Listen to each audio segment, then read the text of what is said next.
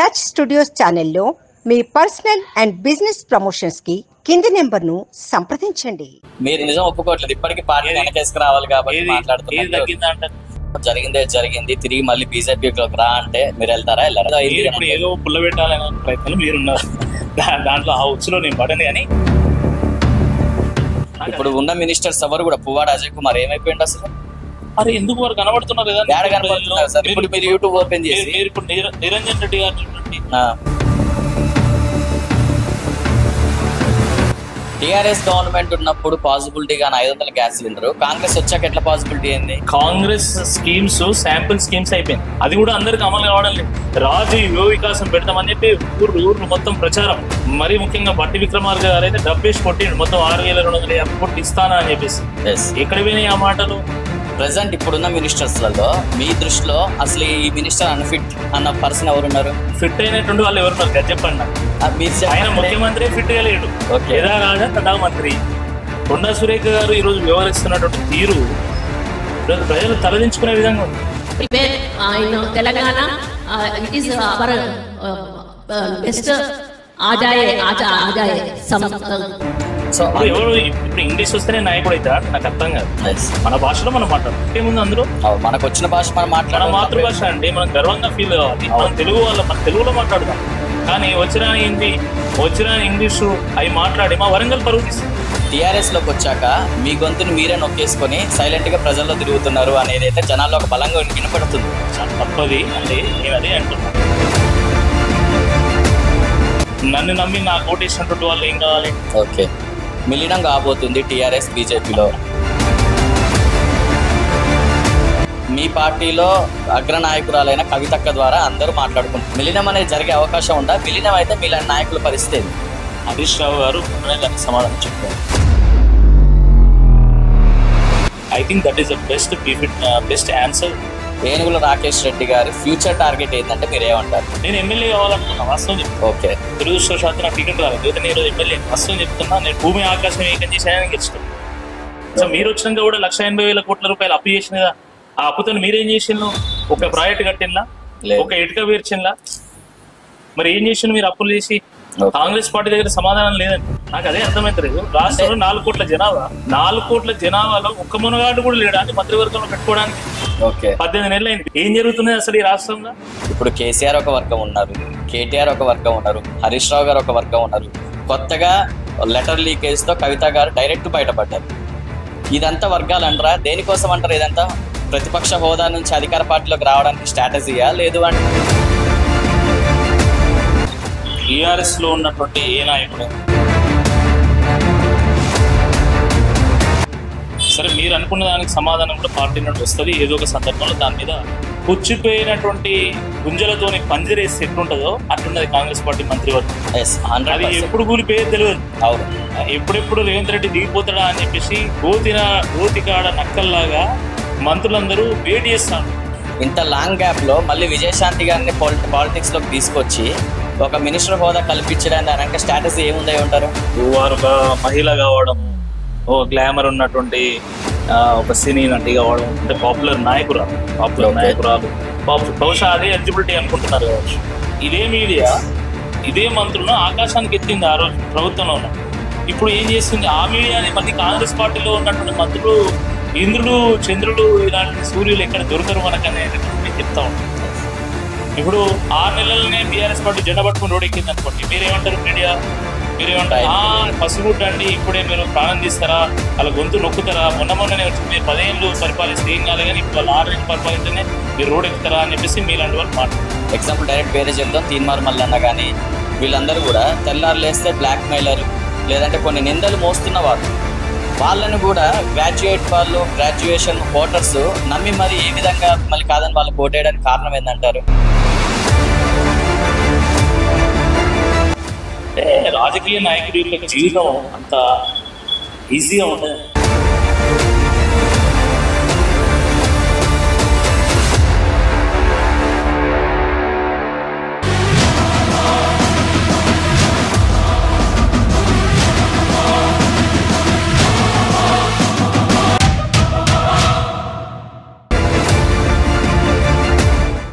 నమస్తే సార్. బాగున్నారండి? యా. ఎలా ఉంది sir present TRS alias BRS లో మీ జర్నీ? ఏ వేదిక అయినా ప్రజలకు సర్వీస్ చేయడానికి ఉపయోగపడాలి. ఆ రకంగా ఈరోజు బీఆర్ఎస్ పార్టీ నాకు ఒక వేదిక అయింది. నిత్యం ప్రజా సమస్యల మీద ప్రభుత్వాన్ని ప్రశ్నించడం, ప్రభుత్వం ఒత్తిడి తీసుకురావడం, ప్రజలకు ఏదో ఒక పరిష్కారం చూపెట్టేటువంటి ప్రయత్నం చేయడం నిజంగా బీఆర్ఎస్ చేస్తున్నటువంటి ఒక గొప్ప పని అని చెప్పి నేను భావిస్తాను. ప్రజాస్వామ్యంలో ప్రజలు ఏ పాత్ర ఇస్తే ఆ పాత్రలో ఒదిగి ప్రజల కోసం, ప్రాంతం కోసం పనిచేయడం అనేది రాజకీయ నాయకుడి యొక్క లక్షణంగా ఉండాలి. ఈరోజు బీఆర్ఎస్ పార్టీకి ఒక ప్రతిపక్ష పార్టీ హోదా ఇచ్చింది. ఆ పాత్ర ఇచ్చిన ఉద్యమ పాత్ర అయినా లేదా అధికార పార్టీ పాత్ర అయినా ఇప్పుడు ప్రతిపక్ష పాత్ర అయినా ఏ పాత్రలలో అయినా ఇమ్మడి జీవించగలుగుతుంది బీఆర్ఎస్ పార్టీ అని చెప్పి ఈరోజు పార్టీ యొక్క ప్రస్థానం మనకు రుజువు చేస్తాం.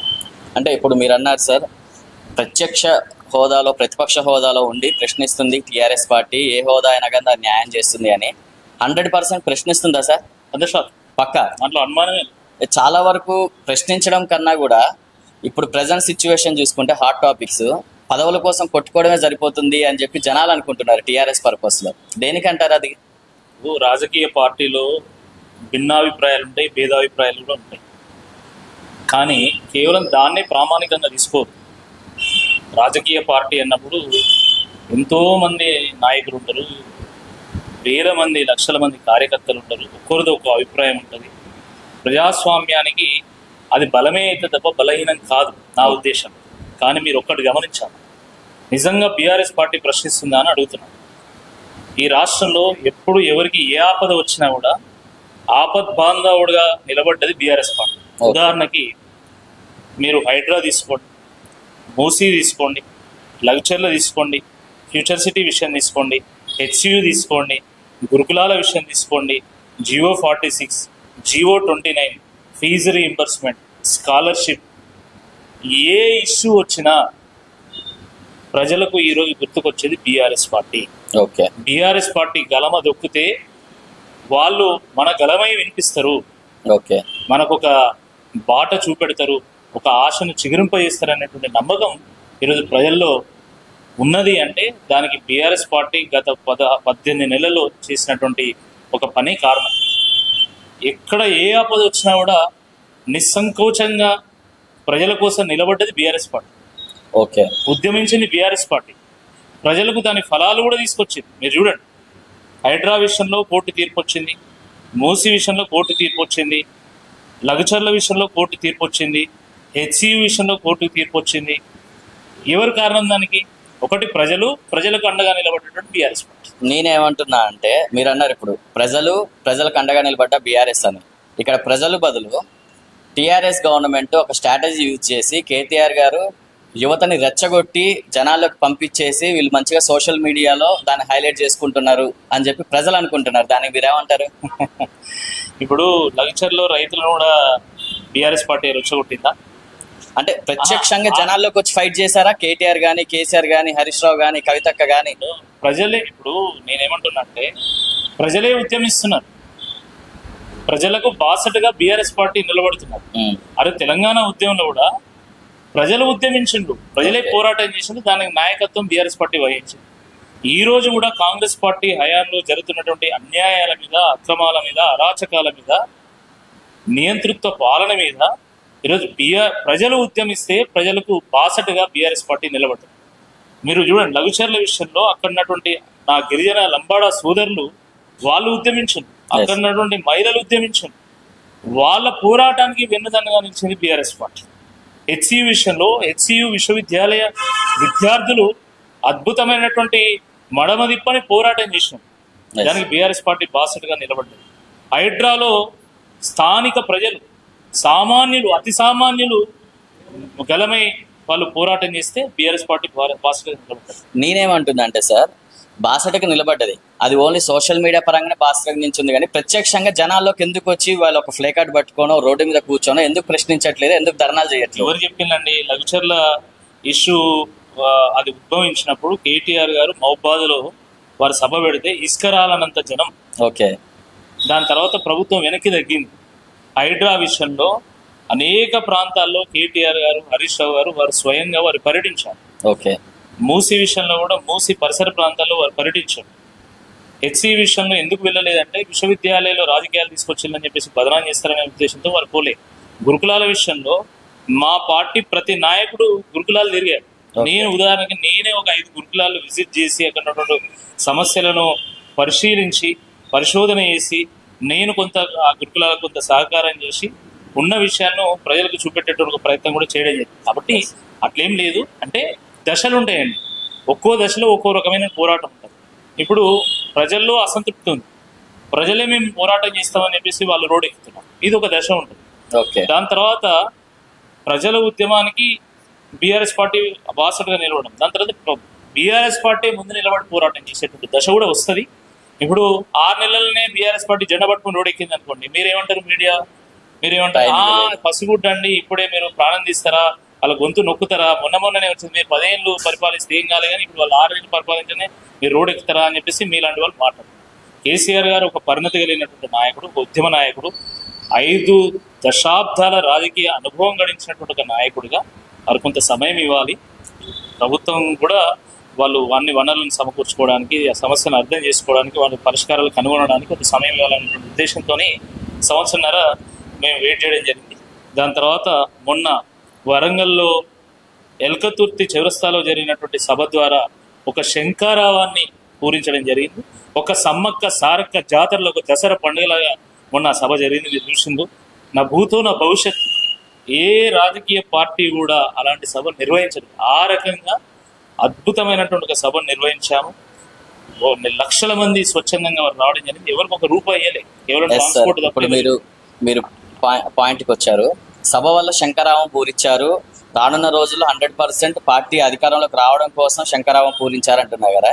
మేమేమంటున్నాం అంటే ఆ శంఖారావం పూరించింది వర్గాలుగా డివైడ్ కావడం కోసమా? శంఖారావం పూరించింది అధికారం కోసం కాదు. ఈరోజు కాంగ్రెస్ హయాంలో ఒక దిక్కులేని పక్షుల్లాగా మిగిలిపోయినటువంటి రైతాంగానికి బాసటగా నిలవడానికి, యువతకు, మహిళలకు, రైతు కూలీలకు, కార్మికులకు ఒక నమ్మకం కలిగించడానికి, ఒక భరోసా కలిగించడానికి ఆ యొక్క సభ పెట్టడం జరిగింది. సరే, మీరు పదే ఒకటే అంశం లేవనెత్తుతున్నారు. ఏంటి వర్గాలుగా డివైడ్ అయిపోయింది అని చెప్పేసి మాట్లాడుతున్నారు. ఈరోజు కాంగ్రెస్ పార్టీ ఏంటంటే, అంటే కాంగ్రెస్ పార్టీ మంత్రివర్గం ఏంది? పుచ్చిపోయినటువంటి గుంజలతోని పంజరేస్తే ఎట్లుంటుందో అట్లున్నది కాంగ్రెస్ పార్టీ మంత్రివర్గం. అది ఎప్పుడు కూలిపోయేది తెలియదు. అవును, ఎప్పుడెప్పుడు రేవంత్ రెడ్డి దిగిపోతాడా అని చెప్పేసి గోతికాడ నక్కల్లాగా మంత్రులందరూ వెయిట్ చేస్తాను. అందుకనే తప్పు మీద తప్పు చేస్తా ఉన్నా కూడా అది ఒప్పే అన్నట్టుగా వీళ్ళు వారికి డబ్బా కొట్టి వారు మొత్తం కుప్పగూలే విధంగా మంత్రులు వ్యవహారం చేస్తా ఉన్నారు తప్ప వాస్తవం ఏం వాళ్ళు. అంటే కాంగ్రెస్ పార్టీలో ఆల్రెడీ వర్గాలు ఉన్నాయి కాబట్టి మా దాంట్లో కూడా వర్గాలు అవుతుంది, దానికి తప్పే ఉంది అంటారా? లేదు, నేను అనేది ఏంటంటే కాంగ్రెస్ పార్టీ అంత ఒక కుదేలైనటువంటి ఒక పరిస్థితిలో, కుప్పగోలుతున్నటువంటి ఒక పరిస్థితిలో మీరు కాంగ్రెస్ పార్టీ గురించి మాట్లాడకుండా మీరు ఎంతసేపు బీఆర్ఎస్ పార్టీలో వర్గాలు ఉన్నాయి. ఇప్పుడు కాంగ్రెస్ పార్టీ గురించి కూడా మాట్లాడదాం సార్, దాంట్లో మిస్టేక్స్ కూడా హైలైట్ చేద్దాం. ఇప్పుడు ఏ వర్గం ఉంది బీఆర్ఎస్ పార్టీలో? సోలో లీడర్ కేసీఆర్ గారి నాయకత్వంలో ఎవరైనా పనిచేయాల్సింది. అది నేనైనా ఇంకెవరైనా కూడా కేసీఆర్ గారి నాయకత్వంలోనే పనిచేయాలా. లేదు మేము పనిచేయమని చెప్పేసి ఎవరైనా విభేదించినట్టయితే దాని సందర్భం వచ్చినప్పుడు తప్పకుండా కేసీఆర్ గారే ఆ విషయంలో వారు స్పందిస్తారు, వారే నిర్ణయిస్తారు. ఓకే, అంటే ఇప్పుడు మీరు వర్గాలు ఏం లేవు, సింగిల్ పార్టీ అన్నారు కదా. పదే వర్గాలు అంటూ కాకుండా ఇప్పుడు కేసీఆర్ ఒక వర్గం ఉన్నారు, కేటీఆర్ ఒక వర్గం ఉన్నారు, హరీష్ రావు గారు ఒక వర్గం ఉన్నారు. కొత్తగా లెటర్ లీకేజ్ తో కవిత గారు డైరెక్ట్ బయటపడ్డారు. ఇదంతా వర్గాలు అంటారా? దేనికోసం అంటారు ఇదంతా? ప్రతిపక్ష హోదా నుంచి అధికార పార్టీలోకి రావడానికి స్ట్రాటజీయా, లేదు అంటే ప్రతిపక్షాల అవతలకి ఫోకస్ కాకుండా ఇది ఒక స్ట్రాటజీయా? టీఆర్ఎస్ లో ఉన్నటువంటి ఏ నాయకుడైనా మీరు ప్రస్తావించినటువంటి వాళ్ళు కానీ వాళ్ళ నాయకత్వంలో పనిచేస్తున్నటువంటి మాలాంటి సైనికులు కూడా అందరం కూడా ఈరోజు ప్రజల కోణంలో, ప్రజల కోసం, ఈ ప్రాంతం కోసం మేము ఆలోచిస్తాం. ఓకే, వేరే ఏది కూడా ఈరోజు మైండ్లో లేదు. సరే, ఒక్కో అంశంలో ఒక్కో విషయంలో ఒక్కొక్కరికి ఒక అభిప్రాయం ఉండొచ్చు. దాన్ని పట్టుకొని ఇంకా అదే మొత్తం దాని గురించే మొత్తం రాష్ట్ర ప్రజలు మాట్లాడుకుంటూ రాష్ట్రంలో ఇంకేం సమస్యలు లేనట్టుగా ఇది చిత్రీకరించడం కరెక్ట్ కాదు. సరే, మీరు అనుకున్న దానికి సమాధానం కూడా పార్టీ నుండి వస్తుంది ఏదో ఒక సందర్భంలో. దాని మీద కేసీఆర్ గారు, కేటీఆర్ గారు చాలా స్పష్టంగా మాట్లాడతారు. మొన్న జూన్ 2వ తారీఖు సందర్భంగా కూడా హరీష్ రావు గారు అనేక విషయాల మీద వారు స్పందించడం జరిగింది. సందర్భం వచ్చినప్పుడు తప్పకుండా మా నాయకులు స్పందిస్తారు. మా కేసీఆర్ గారి నాయకత్వంలో పనిచేస్తామని చెప్పేసి అందరూ చెప్తున్నారు. కవిత గారైనా, హరీష్ రావు గారైనా, కేటీఆర్ గారైనా, ఎవరైనా ఏ కార్యకర్త అయినా కూడా కేసీఆర్ గారి నాయకత్వంలో మేము పనిచేస్తామని చెప్తాం. ఓకే సార్, 100% వర్క్ చేయాలి. వర్క్ చేసి మీరు అనుకుంది సాధించాలని కూడా కోరుకుంటున్నాం. ఇదంతా పక్కన పెడితే సార్, మీ విషయానికి వద్దాం. ఇప్పుడున్న రాకేష్ రెడ్డికి, ఒకప్పుడున్న బీజేపీలో ఉన్న రాకేష్ రెడ్డికి డిఫరెన్స్ ఉందా లేదా? ఏం డిఫరెన్స్ లేదంటారు. చాలా వరకు ఒకప్పుడు అగ్రెసివ్గా ఉన్న రాకేష్ రెడ్డి ఇప్పుడు మాట్లాడడానికి కూడా 1-10 సార్లు ఆలోచించి మాట్లాడుతున్నారు అనేది ఒకటి జనాల్లో ఇప్పటికీ నడుస్తుంది. మీ హన్మకొండ ప్రజలు కూడా అదే అనుకుంటున్నారు. అది కరెక్టా కాదా? చాలా తప్పు. అంటే ఒక నాయకుడు వివిధ దశల్లో వివిధ రకాలుగా ప్రజలకు సేవ అందించేటప్పుడు ప్రయత్నం చేస్తాను. నేను కొత్తగా రాజకీయాల్లోకి వచ్చినప్పుడు నేను మా గ్రామంలో పనిచేస్తాను. దాని తర్వాత మెల్లమెల్లగా మా మండలము, మా నియోజకవర్గం, ఆ రకంగా తర్వాత యువమోర్చాలో నేను ఒక స్టేట్ లీడర్గా రాష్ట్రం మొత్తం యువతకు సంబంధించిన అంశాల మీద నేను పర్యటించడం. దాని తర్వాత నేను ఒక స్పోక్స్ పర్సన్గా నిత్యం నేను మీడియాలో డిబేట్స్లో ఉండేటువంటి వాడిని, నిత్యం మీడియాకి అందుబాటులో ఉండేటువంటి వాడిని, ప్రజలకు మా పార్టీకి ఒక వారధిగా ఉండేటువంటి వాడిని. దాని తర్వాత సరే అనుకోని సందర్భంలో ఆ పార్టీలో ఉన్నటువంటి పరిస్థితుల కారణంగా నేను భారతీయ జనతా పార్టీ నుంచి నేను బయటికి రాలేదు. ఓకే, పంపించారంటారు. పొమ్మన లేక పొగబెడితే నేను బయటకు వచ్చినటువంటి సందర్భంలో బీఆర్ఎస్ పార్టీ నన్ను హక్కున చేర్చుకుంది. బీఆర్ఎస్ పార్టీలో చేరిన తర్వాత ఎంతసేపు నన్ను బీజేపీలో చిన్నోడు అంటే, నిన్ను చిన్నోడు అన్నారు కదా, నిన్ను ఏకంగా పెద్దల సభకే పంపుతా, పేదల గురించి పెద్దగా ఆలోచించని చెప్పి కేసీఆర్ గారు నాకు ఎమ్మెల్సీ టికెట్ ఇచ్చి నన్ను పోటీ చేయించిన తర్వాత 3 జిల్లాల్లో 34 నియోజకవర్గాల్లో 4000 గ్రామాల్లో నేను పోటీ చేసిన కాబట్టి ఈ గ్రామాల్లో పర్యటిస్తూ ఈ ప్రాంతంలో పర్యటిస్తూ ఈ ప్రాంత సమస్యల మీద కొట్లాడాలి, ప్రజల యొక్క అభిప్రాయాన్ని ప్రభుత్వానికి చేరవేయాలి, వాళ్ళకు భరోసాగా నిలవాలనేటువంటి ఆలోచనతో నేను ఇక్కడ పర్యటిస్తుండడం కారణంగానే నిత్యం మీడియాలో నేను మాట్లాడలేకపోతున్నాను తప్ప, లేకపోతే నాకు మాట్లాడడానికి నాకు భయం ఏముంది. జనాలు మీ నుంచి ఎప్పుడు యాక్సెప్ట్ చేసేది ఏంటంటే కౌంటర్కి రీకౌంటర్. ఎస్, రాకేష్ రెడ్డి గారు అనగానే ప్రెస్ ముందుకు వచ్చిందంటే 100% ఆ కౌంటర్కి జడ్జిఫై చేసేవాళ్ళు రీకౌంటర్ ఇచ్చి మీరు ఒక్కలే అని చెప్పి చాలా వరకు నమ్ముతారు. బట్ టీఆర్ఎస్లోకి వచ్చాక మీ గొంతుని మీరే నొక్కేసుకొని సైలెంట్గా ప్రజల్లో తిరుగుతున్నారు అనేది అయితే జనాల్లో ఒక బలంగా వినపడుతుంది. చాలా తప్పది. అంటే నేను అదే అంటున్నా, ఒకప్పుడు నేను కేవలం స్పోక్స్ పర్సన్ మాత్రమే. అంటే రోజు నేను డిబేట్స్లో ఉండాలి, పార్టీ యొక్క వాయిస్ని ప్రజల గొంతుకై వినిపించాలి. దానికి నేను న్యాయం చేస్తాను. ఈరోజు నేను గ్రాడ్యుయేట్ ఎమ్మెల్సీగా నేను 34 నియోజకవర్గాల్లో పోటీ చేసిన తర్వాత కూడా నేను రోజు డిబేట్లో, నేను మీడియాలో ఉంటే మరి నన్ను నమ్మి నాకు ఓటేసినటువంటి వాళ్ళు ఏం కావాలి? ఓకే కదా, వాళ్ళు అంటే నేను గెలవకపోవచ్చు, నేను ఓడిపోయి ఉండొచ్చు, బట్ నాకు కూడా 136,000 మంది ఓట్లేసారు కదా, అది వాళ్ళకి నేను ప్రతినిధినే కదా. వాళ్ళ వాయిస్ని నేను తప్పకుండా వాళ్ళ కోసం పనిచేయాలి. కాబట్టి ఈ ప్రాంతాల్లో పర్యటిస్తూ ఈ ప్రజల యొక్క యాస్పిరేషన్స్ని ప్రభుత్వానికి తెలియజేసేటువంటి ప్రయత్నం చేస్తూ ఉన్నాను. తర్వాత కొత్తగా పార్టీలోకి వచ్చిన కాబట్టి కొత్తగా అనేక పరిచయాలు చేసుకోవాల్సినటువంటి అవసరం ఉంటుంది, నెట్వర్క్ బిల్డ్ చేసుకోవాలి, గ్రౌండ్ వర్క్ చేసుకోవాలి. కాబట్టి ఆ రకమైనటువంటి ఒక ప్రయత్నం చేస్తున్నాను తప్ప మీడియాలో కాబట్టి నాకేం భయం, నేను తప్పు చేసిన. ఈరోజు ఖమ్మంలో ఈరోజు ఉదయం కూడా నేను ప్రెస్ మీట్ పెట్టి మీ ఆఫీస్కి వచ్చిన, అవును మీ కార్యాలయానికి వచ్చిన.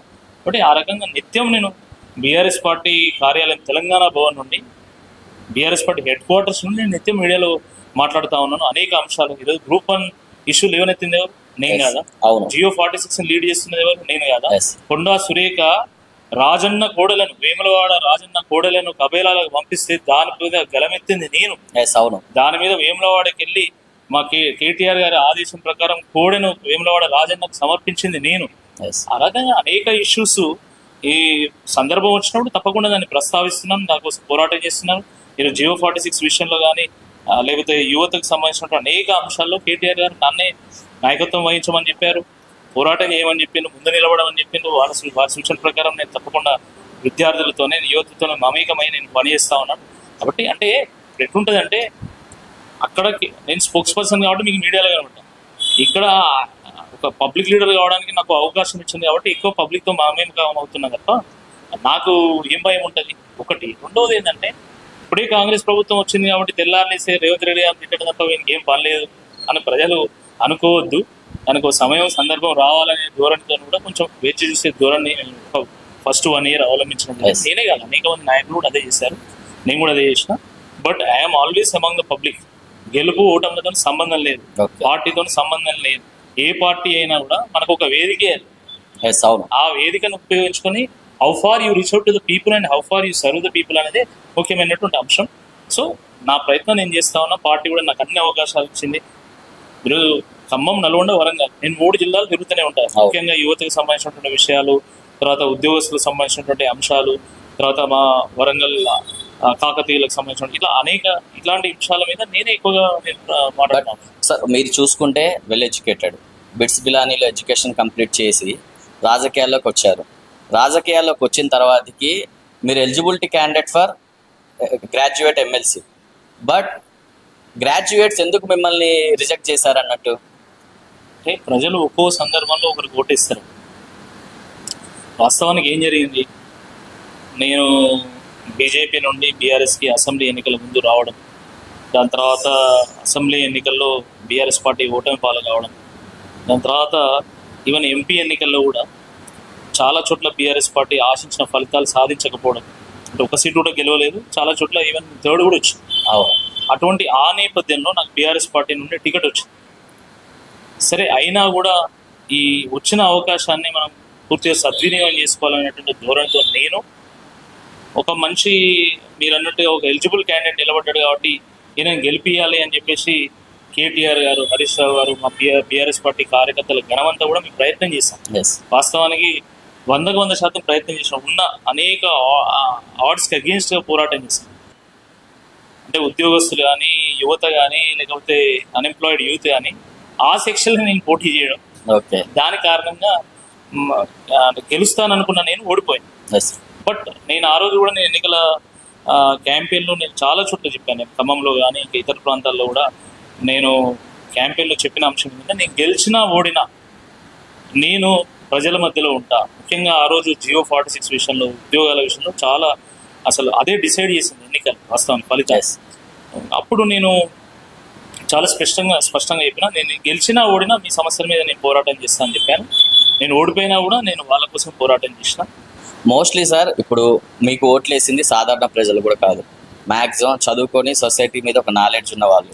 అట్లాంటి సొసైటీ మీద ఒక అవగాహన ఉన్న వ్యక్తులు తెల్లారు లేస్తే అతని మీద నిందలు, మీకు ఆపోజిట్లో నించున్న క్యాండిడేట్, ఎమ్మెల్సీ క్యాండిడేట్ ఎవరైతే, ఎగ్జాంపుల్ డైరెక్ట్ పేరే చెప్దాం, తీన్మార్ మల్లన్న కానీ, వీళ్ళందరూ కూడా తెల్లారు లేస్తే బ్లాక్ మెయిలర్ లేదంటే కొన్ని నిందలు మోస్తున్న వాళ్ళని కూడా గ్రాడ్యుయేట్ వాళ్ళు, గ్రాడ్యుయేషన్ ఓటర్స్ నమ్మి మరి ఏ విధంగా మిమ్మల్ని కాదని వాళ్ళకి ఓటేయడానికి కారణం ఏంటంటారు? అంటే ఒకటండి, అంటే ఆ రోజు కాంగ్రెస్ పార్టీ పట్ల ప్రజల్లో ఒక నమ్మకం ఉంది. ఓకే, వాళ్ళు అధికారంలోకి వచ్చిండ్రు, మార్పు పేరు మీద అధికారంలోకి వచ్చిండ్రు, ఏదైనా నిజంగా మార్పు తీసుకొస్తారేమో. తర్వాత 4.5 సంవత్సరాలు ఇదే పార్టీ అధికారంలో ఉంటుంది కదా, ఇప్పటికిప్పుడు మనం టీఆర్ఎస్ పార్టీకి ఎందుకు ఓటు వేయాలి? ఓకే, తర్వాత పాపం 2 సార్లు ఓడిపోయింది ఆయన, ఓసారి ఇస్తే అయిపోతుంది అవకాశం, ఏముందిలే, ఇట్లా అనేక కారణాలతోనే ప్రజలు ఓట్లేసింది. కానీ ఒకటి గుర్తుపెట్టుకోండి, ప్రజాస్వామ్యంలో ప్రజలు చాలా డైనమిక్ ఉంటారు. నాయకుల కంటే ప్రజలే ఓటర్సే చాలా డైనమిక్ ఉంటారు. ఆయా రాజకీయ పరిస్థితులకు అనుగుణంగా వాళ్ళు స్పందిస్తూ ఉంటారు. అప్పుడున్నటువంటి పరిస్థితుల్లో Congress party the right party అనుకున్నారు. ఓకే, ఈ రోజు ఉన్నటువంటి పరిస్థితిలో మళ్ళీ BRS party the right party అనుకుంటారు. ఇప్పుడు నేను ఎక్కడికి పోయినా కూడా చాలా మంది ఏం చెప్తున్నారు, అబ్బా మేము ఒక తప్పు చేసినాం, అసలు ఆ రోజు మళ్ళీ కేసీఆర్ గారికి వేస్తే అయిపోయేది, ఎమ్మెల్సీ ఎన్నికల్లో నీకేస్తే అయిపోయేది, నువ్వు గెలవాల్సిన వాడివి కానీ ఓడిపోయినావు అని చెప్పేసి చాలా మంది అంటారు. కాబట్టి ఎప్పటికొకలా ఉంటుందని అనుకోలేము. అప్పుడు ఓడిపోయిన వాళ్ళు ఇప్పుడు గెలవచ్చు, ఇప్పుడు గెలిచిన వాళ్ళు అప్పుడు ఓడిపోయి ఉండొచ్చు. So anything can happen and definitely I'm very confident that TRS will come back to the power. ఈరోజు ప్రజల్లో ఎక్కడికి పోయినా కూడా మళ్ళీ సారే రావాలి, కారే రావాలని చెప్పి ఈరోజు ప్రజలు మాట్లాడుకుంటారు.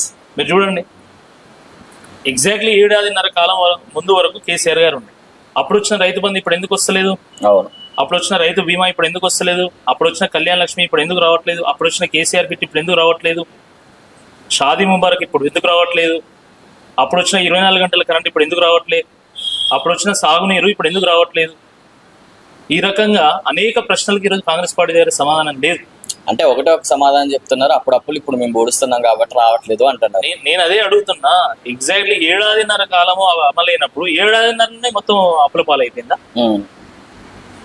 సో మీరు వచ్చినాక కూడా 1,80,000 కోట్ల రూపాయలు అప్పు చేసిన కదా, ఆ అప్పుతో మీరేం చేసిండ్రు? ఒక ప్రాజెక్ట్ కట్టిందా? ఒక ఇటుక పేర్చిందా? మరి ఏం చేసిండు మీరు అప్పులు చేసి? కాంగ్రెస్ పార్టీ దగ్గర సమాధానం లేదండి. అవును, Congress party is a confused party today. Complete confusion లో ఉంది. వాళ్ళకి ఏం చేస్తున్నాం అనే దాంట్లో ఒక విజన్ లేదు, ఒక చిత్తశుద్ధి లేదు, ఒక పట్టుదల లేదు, ప్రాంతం పట్ల ప్రజల పట్ల ప్రేమ లేదు.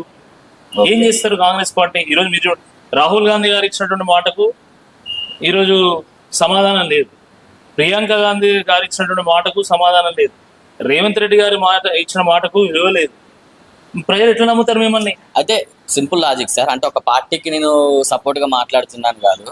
టీఆర్ఎస్ గవర్నమెంట్ ఉన్నప్పుడు పాసిబిలిటీ గానీ 500 గ్యాస్ సిలిండర్, కాంగ్రెస్ వచ్చాక ఎట్లా పాసిబిలిటీ అయింది? అది అందరికి వస్తలేదు. కాంగ్రెస్ స్కీమ్స్ శాంపుల్ స్కీమ్స్ అయిపోయింది. ఓకే, వాళ్ళు అక్కడోటి పథకం పెడుతున్నారు, 2-3 పథకాలు పెట్టారు, అది కూడా అందరికి అమలు కావడం లేదు. ఓకే, ఇప్పుడు మీరు గ్యాస్ విషయం చెప్తున్నారు, 150 మంది కూడా వస్తలేదు. ఓకే, కరెంటుది 100లో 70 మంది దాకా వస్తుంది, 30 మందికి రావడం లేదు. సన్నాలకు బోనస్ అన్నారు, ఈ పంటకి ఇప్పటివరకు బోనస్ చెల్లించలేదు. రాజీవ్ యువ వికాసం అన్నారు, మొన్నటిదానికి 16,22,000 అప్లికేషన్లు వచ్చినాయి, 6,250 కోట్ల రూపాయలతో రాజీవ్ యువ వికాసం పెడతామని చెప్పి ఊర్లు మొత్తం ప్రచారం హడావిడి, యువతలో ఒక ఆశలు రేకెత్తిచ్చింది. మరీ ముఖ్యంగా బట్టి విక్రమార్క గారు అయితే డబ్బేసి కొట్టిండు, మొత్తం 6,250 కోట్లు ఇస్తానా అని చెప్పేసి. ఎక్కడ పోయినాయి ఆ మాటలు? రాజీవ్ యువ వికాసమా లేకపోతే అది విధ్వంసం అవుతుందా చెప్పాలా? ఎందుకంటే 2వ తారీఖు ఇస్తాన్నారు, ఇప్పుడు జాడలేరు. ఎగ్జాక్ట్లీ, జూన్ 2వ తారీఖు గత 11 ఏళ్ళలో మీరు చూడండి, ప్రతి జూన్ 2వ తేదీన ప్రభుత్వము, ఏ ప్రభుత్వం ఉన్నా కూడా ఏదో ఒక పథకం ప్రవేశపెట్టేది. ఈ జూన్ 2 ఏం జరిగిందండి? ఒక్క పథకం. అంటే హృదయంతో జరిగే పాలన వేరు, ఏదో పైన పూతతో నడిపేటువంటి పాలన వేరు. ఈరోజు నిన్న క్యాబినెట్ సమావేశం మీరు చూడండి, అంటే ఎట్లయిపోయిందంటే ఇంకా పాలన బతికే ఉన్నది, ఇంకా మేము చచ్చిపోలే, మా క్యాబినెట్ ఇంకా ఉన్నది. ప్రజలు అధికారం ఇచ్చిన కర్మానికి 6 నెలలకు ఒక్కసారన్నా ఒక క్యాబినెట్ సమావేశాన్ని పెట్టాలి కాబట్టి పెట్టినట్టుగా అనిపించింది. 6 నెలల పాటు కాంగ్రెస్ పార్టీ నాయకులు ప్రతి గడప దొక్కి 6 గ్యారంటీలను ప్రచారం చేశారు. నిన్న క్యాబినెట్ సమావేశంలో 6 గంటల పాటు చర్చ జరిగితే 6 గ్యారంటీల్లో కనీసం అర గ్యారంటీ గురించి కూడా ఒక క్లారిటీ ఇవ్వాలి. ఒక్క క్లారిటీ. వెనకటికి ఒక సామెత ఉన్నది, ముందు నాగలు చక్కగా పోతే వెనక నాగలు చక్కగా వస్తుందని. కానీ దురదృష్టకరమైనటువంటి విషయం ఏంటంటే ఈ దేశంలో కాంగ్రెస్ పార్టీ ఎప్పుడు వంకరైనాయి. దాంట్లో మళ్ళీ ఈ రేవంత్ రెడ్డి గారు ఈయన వచ్చినాక ఆగమాగం జగన్నాథం, మొత్తం పరిస్థితి అంతా ఆగమాగం అయిపోయిందండి. అంటే పరిపాలనను ప్రజలకు దగ్గర చేయాలనుకొని ఈయన క్యాబినెట్ సమావేశం పెట్టాలి తప్ప ప్రజల్లో వస్తున్నటువంటి వ్యతిరేకతను కప్పిపుచ్చడానికి, పాలనకు డెంటింగ్ చేయడానికి నిన్న క్యాబినెట్ సమావేశం పెట్టారు. డెంటింగ్ కాలేదండి, ఇంకా సొట్టుపోయింది పాలన. కాంగ్రెస్ పార్టీ ఎక్కడ ఫెయిల్ అవుతుంది అంటారు? విజన్ లేదు వాళ్ళకి, ఓకే, చిత్తశుద్ధి లేదు, నిబద్ధత లేదు, ఈ ప్రాంతం పట్ల ప్రజల పట్ల ఒక ప్రేమ లేదు, ఓ ప్రణాళిక లేదు, ఓ పద్ధతి లేదు. దాని కారణంగా అనుభవం లేదు. దాని కారణంగానే ఈరోజు ఈ పరిస్థితి నెలకొన్నది. ఎప్పుడైనా ఒక ప్రభుత్వం వచ్చినప్పుడు ఆ ప్రభుత్వం ఏం చేయాలి, ప్రస్తుతం నడుస్తున్నటువంటి వ్యవస్థ ఏంది అనేది దాని మీద పరిశోధన చేయాలి, పరిశీలన చేయాలి, అధ్యయనం చేయాలి. కానీ ఏమైంది, రాగానే హైడ్రా, మూసి, కూల్చివేతలు. ఈ రాష్ట్రంలో కట్టడాల కంటే కూల్చివేతలే ఎక్కువ ఉన్నాయి. అది శుభం కాదండి, అది అరిష్టం. ఏదైనా కూల్చివేత అనేది అరిష్టం రాష్ట్రానికి. ఇప్పుడు అదే జరిగింది. కూల్చివేయడం అనేది ఒక నెగటివ్ సెంటిమెంట్ ని క్రియేట్ చేసింది. దాని కారణంగా పెట్టుబడి పెట్టడం లేకుండా పోయింది. You name any multinational company, it exist in Hyderabad. అలాంటి హైదరాబాద్ లో ప్రపంచవ్యాప్తంగా పెట్టుబడులు వస్తే నువ్వు హైడ్రా అని, ఆదని, మూసి అని మొత్తం కూల్చివేతలు చేపట్టిన తర్వాత విశ్వాసం కోల్పోయి ఈరోజు పెట్టుబడులు వెనక్కిపోయినాయి.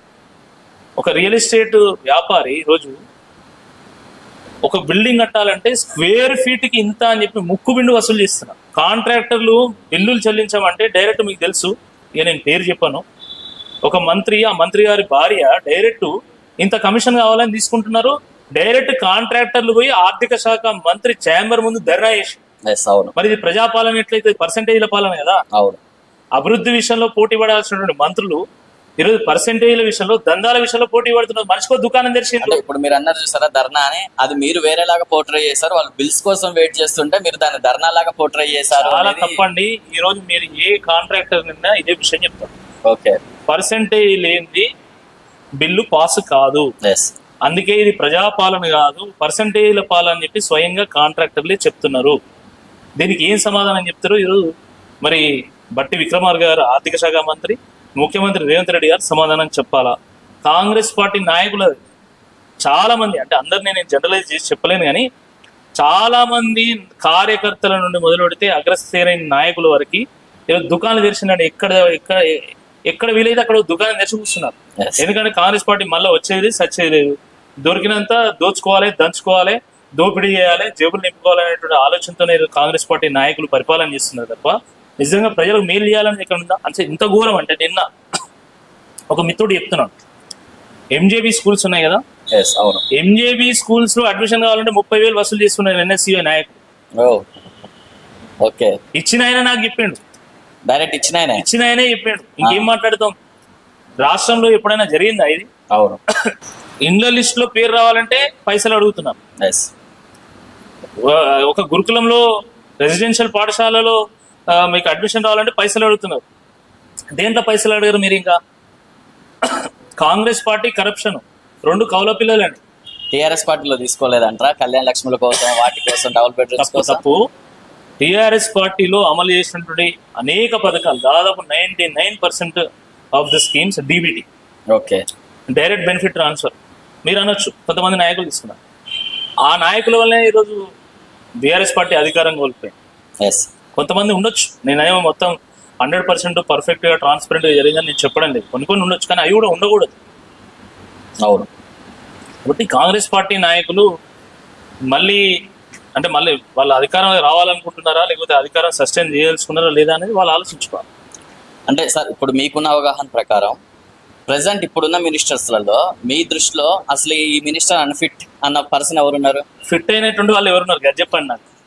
ఆయన ముఖ్యమంత్రి ఫిట్ గా లేడు, యథా రాజా తదా మంత్రి, అంతే కదా. ఎవరున్నారండి? అంటే మీకు ఒకటి ఉంటుంది చూసారా, అసలు ఈ పర్సన్ మినిస్టర్ ఏంది, అసలు సరిగ్గా నాలెడ్జ్ కూడా లేని పర్సన్ అని ఒక ఒపీనియన్ మీకు ఉంటుంది. అట్లేంది అంటే చాలా మంది మంత్రులు అదే ఉన్నారు. అంటే ఇప్పుడు నాది వరంగల్ కాబట్టి వరంగల్ విషయం ఒకటి చెప్తాను నేను. కొండా సురేఖ గారు ఉన్నారండి, ఒక మంత్రివర్యులు. వారు వీడియో లైవ్ లో పెట్టి వాళ్ళు తాయినోనికి తాయినంత, తిన్నోనికి తిన్నంత బిర్యానీ, తాయినంత బీర్ అని చెప్పి మాట్లాడుతున్నారు. అవును, రీసెంట్ గా చూసారు. తర్వాత వాళ్ళ అనుచరులు కోడలను, వేములవాడ రాజన్న కోడలను తీసుకొచ్చి కబాలలో పంపితే ఒక మాట మాట్లాడారు. డైరెక్ట్ ఆమె పోయి ఒక మంత్రి శ్రీధర్ బాబు గారితోనే మా మనోడికి జాబ్ కావాలంటే మనదేని మనం పెట్టిద్దాంలేని ఆయన అంటారు. దాని మీద స్పందన లేదు. గ్రూప్ 1లో ఈరోజు ఉద్యోగాలు అమ్ముకున్నారని చెప్పేసి వార్తలు వస్తున్నాయి. అంటే ఇట్లనే మీరేమైనా వంచుకున్నారా అనే అనుమానం కూడా ప్రజల్లో ఉంది. 100% ఉంటుంది, ప్రజల్లో ఉంది. కొండా సురేఖ గారు ఈరోజు వ్యవహరిస్తున్నటువంటి తీరు ఈరోజు ప్రజలు తలదించుకునే విధంగా ఉంది. సో ఇప్పుడు ఇంగ్లీష్ వస్తేనే నాయకుడు అవుతారా? నాకు అర్థం కాదు. మన భాషలో మనం మాట్లాడు. ఇప్పుడు ప్రధానమంత్రి గారు డైరెక్ట్ గా యునైటెడ్ నేషన్స్ పోతున్నాడు, అమెరికా పోతున్నాడు, అక్కడ కూడా హిందీ మాట్లాడుతున్నారు బాజాప్తుగా. తప్పేముంది అందులో?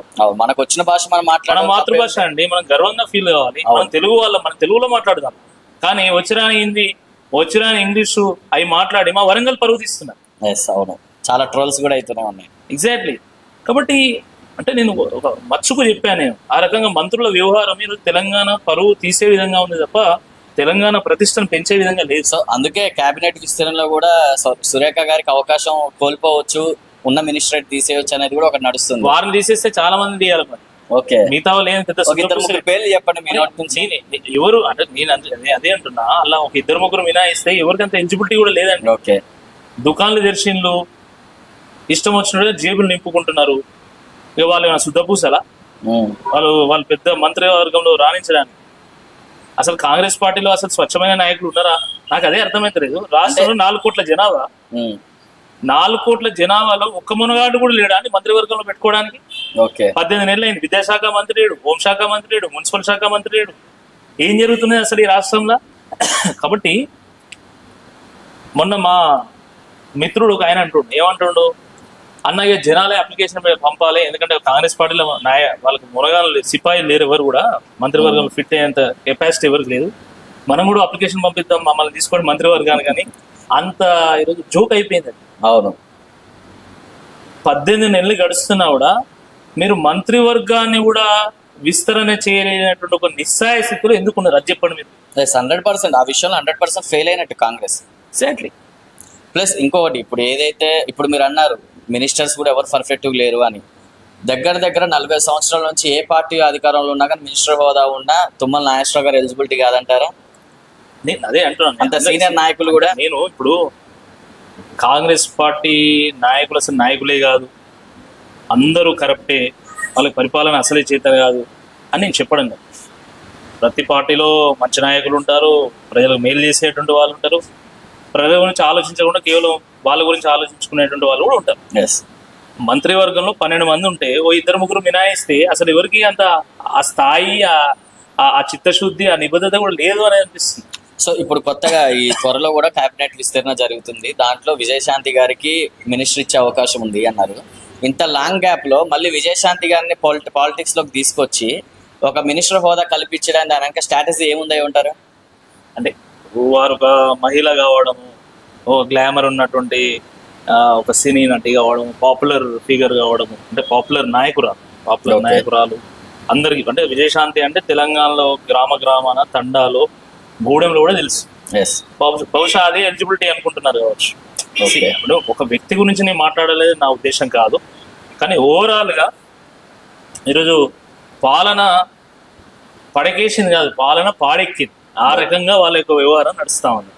So sir, back to me విషయానికి, రాకేష్ రెడ్డి గారి విషయానికి వస్తే, మీరు ఏ రోజైతే బీజేపీ పార్టీ వీడి బయటికి రావాలని ఫిక్స్ అయ్యారో, టీఆర్ఎస్ పార్టీలో కాకుండా కాంగ్రెస్ పార్టీలో జాయిన్ కాకుండా టీఆర్ఎస్ పార్టీలో జాయిన్ కావడానికి కారణం ఏంది? ఏం ఎక్స్పెక్ట్ చేసి జాయిన్ అయ్యారు? నేను స్వతహాగా ఒక జాతీయవాదిని, నేను ఆర్ఎస్ఎస్ స్వయం సేవకునే నేను. కాబట్టి సహజంగానే నేను బీజేపీలో చేరాను. అవును, బీజేపీలో దాదాపు 11 ఏళ్ల పాటు నేను పనిచేశాను. బీజేపీలో నేను యువమోర్చాలో కానీ లేకపోతే నేను అధికార ప్రతినిధిగా ఉన్నప్పుడు నేను తిరగని జిల్లా లేదు, మా వరంగల్ ఉమ్మడి జిల్లాలో నేను తిరగని మండలం లేదు. మా హన్మకొండ నియోజకవర్గంలో నేను తొక్కని గడపలేదు. అంత అద్భుతంగా నేను ప్రజాక్షేత్రంలో నేను తిరిగాను, ప్రజా సమస్యల మీద కొట్లాడిన, పార్టీలో కూడా నాకు మంచి గుర్తింపు ఉండే. దాని తర్వాత ఒక 3 ఏళ్ల పాటు చాలా సమస్యలను ఎదుర్కొని ఏగలేక, అంటే నా సమయం అంతా కూడా పార్టీలో కొట్లాటకే సరిపోతుంది, నిజంగా ప్రజలకు ఏం చేయలేకపోతున్నా అని ఒక నిస్సాయ స్థితిలో ఉన్నప్పుడు పొమ్మలు లేక వాళ్ళు పొగబెడితే నేను బయటకు రావడం జరిగింది. ఓకే. ఆ రకంగా నేను బీఆర్ఎస్ పార్టీకి నేను రావడం జరిగింది. బీఆర్ఎస్ పార్టీలో కూడా అంటే నాకు ఒక మంచి స్వేచ్ఛ ఉంది, వాస్తవం చెప్పాలంటే మంచి స్వేచ్ఛ ఉంది. ప్రజలు రీచ్ అవుట్ కావడానికి కానీ, పార్టీ నాయకులను కార్యకర్తలను రీచ్ అవుట్ కావడానికి నాకు మంచి స్వేచ్ఛ ఉంది.